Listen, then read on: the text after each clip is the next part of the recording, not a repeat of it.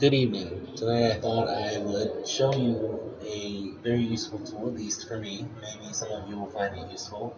And it is a tool that I have used quite a bit over the last few years, um, mainly for translation and also when I'm trying to look up uh, maybe something inspirational to get me through a day.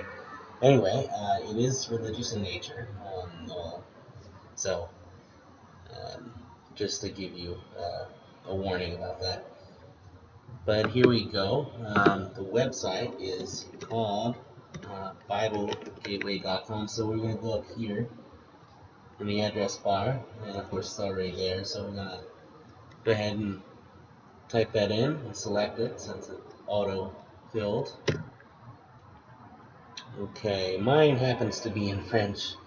Uh, at least the quotes default to that because well, that's what I primarily use it for is NLP and translation work.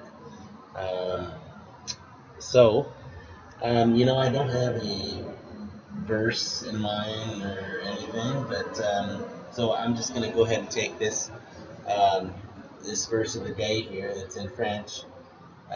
If you don't know French, I'll just say right away, this is First Peter.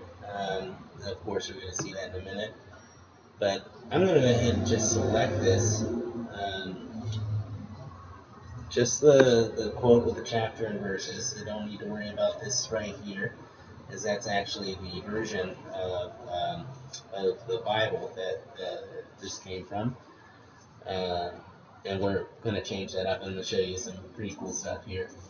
So I'm going to hit Control C on my PC and copy this into this little search field here that is in English for you, thankfully for your sake.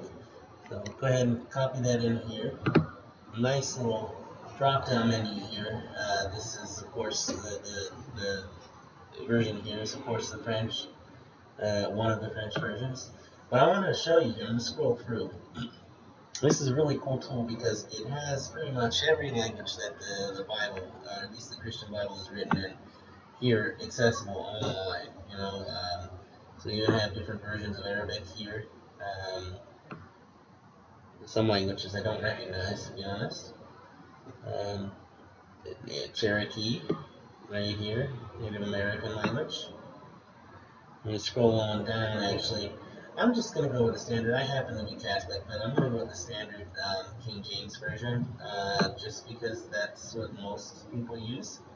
And we'll scroll down to that right here, KJV, just to get started, and put this into our native tongue, English. And go ahead and switch that over. And right away, it goes ahead and pops up with the English translation. And this is, I'm not doing this to proselytize or anything. I just thought it was a cool tool to use here. But anyway, once you have that, so you can go ahead and pretty much, put it in any of these languages just by switching in this search field here. You can even do, Spanish. Of course, there are different versions of the Spanish Bible, just different translations, really, and that's all up to you, whatever you prefer. But it's all here. I can also go back here, home in the home selection here, and I can just type in, let's say, okay, we had Peter, so we'll stick with that. So it's still in Spanish, by the way. It defaulted to that because we switched over in that search field. So I'm going to go to First Peter here, and let's switch that back over to English. Let's have a little fun. Switch that to go with the Catholic version here, at least the American Catholic version, and get rid of the dials and thys over here. But it actually is basically the whole thing online. It's not just quote by quote, but you can actually just read, the whole Bible online. It's all here.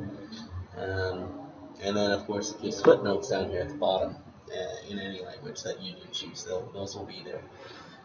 Very cool tool. I've used it for years for my personal reading, and then, of course, like I said, the translation. And of course, there's an app here. You can do, an Android, Kindle, or which is awesome because it's all digital. You don't have to pay for it. Um, and then of course on the iPhone. Anyway, that's just a little bit about this really cool tool.